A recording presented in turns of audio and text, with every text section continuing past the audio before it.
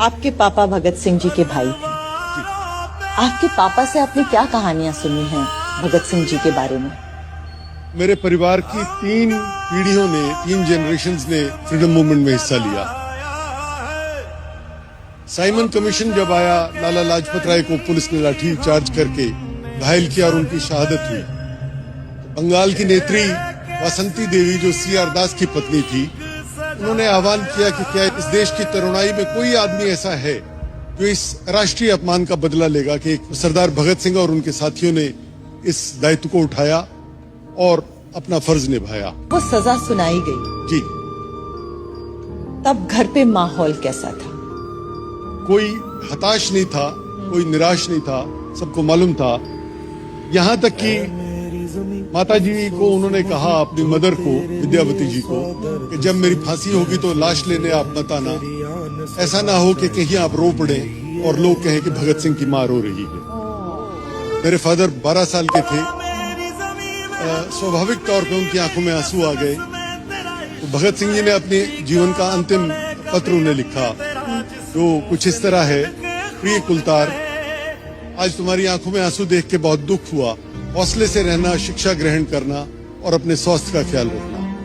और फिर कुछ उर्दू में शेर लिखे। उसे फिक्र है हरदम, नया तर्जे जफा क्या है, हमें ये शौक है देखें सितम की इंतहा क्या है। कोई दम का मेहमा हूँ अहले महफिल, चिरागे सहर हूँ बुझा चाहता हूँ, मेरी हवा में रहेगी ख्याल की बिजली, ये मुश्ते खाक है फानी रहे ना रहे। मैं सुबह का वो दिया हूँ जो दिन निकलेगा वो बुझ जाएगा, पर ये शरीर मुट्ठी भर राख है, रहे या ना रहे कोई फर्क नहीं पड़ता। मेरे विचार जिंदा रहेंगे और देश की आने वाली पीढ़ियों को प्रेरणा देंगे। और जिस दिन 12 घंटे पहले उन्हें फांसी दे दी गई, शायद इतिहास में पहली और आखिरी बार हुआ कि शाम के समय फांसी दी गई। सरकार ने फांसी दी और बाद में उनके शरीर परिवार को नहीं दिए। उनकी डेड बॉडीज को टुकड़े करके, काट के, बोरियों में भर के और जेल की पिछली दीवार से आर्मी के ट्रक में ले जाके लाहौर से 60 किलोमीटर दूर हुसैनीवाला में उनका संस्कार कर दिया। तो ये बलिदान जो दिए गए इस देश के उज्जवल भविष्य के लिए, उनका अपना कोई स्वार्थ नहीं था।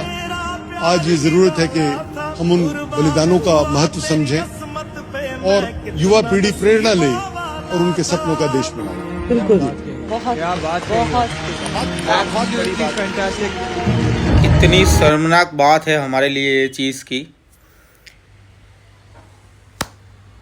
जो लोगों ने बलिदान दिया है देश के लिए, लाला लाजपत राय, शहीद वीर भगत सिंह, झांसी की रानी लक्ष्मीबाई, बराबर है, महात्मा गांधी, कितने कितने लोग हैं। हर बलिदान दिन पे राजकीय पार्टी फूलहार माला चढ़ाने के लिए जाती है। क्यों जाते हो भाई तुम लोग? तुम लोग तो ये बोल रहे हो कि हमको तो आज़ादी भीख में मिली है, हैं? अगर भीख में मिली है तो ये सब लोग कौन है? कभी पढ़े है तुम लोग? कभी इन लोगों के बारे में तुम लोगों ने कभी पढ़ा है क्या? और बोलते हो आज़ादी भीख में मिली है, 2014 के बाद हम लोग आज़ाद हुए। कैसी शर्मनाक बात है ये देश के लिए।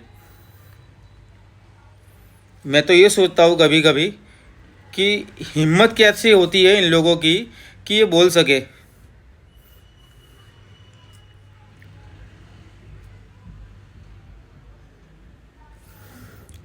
देश का हाल ऐसे करके रखा है इन लोगों ने कि जिन लोगों ने देश को आज़ादी दिलाई वो सब बेकार थी। हम लोग आज़ाद हुए 2014 के बाद। सब झूठ पे झूठ, सब झूठ पे झूठ। और जब बलिदान दिन आता है, बराबर है, तो पहुंच जाते हैं फूलहार लेके, फूल लेके चढ़ाने के लिए। क्यों भाई? आज़ादी 2014 के बाद मिली, तुमको हक नहीं है ये सब करने का, दिखावे के लिए, वोटिंग के लिए? कितनी शर्मनाक बात है ये। जय हिंद, जय भारत।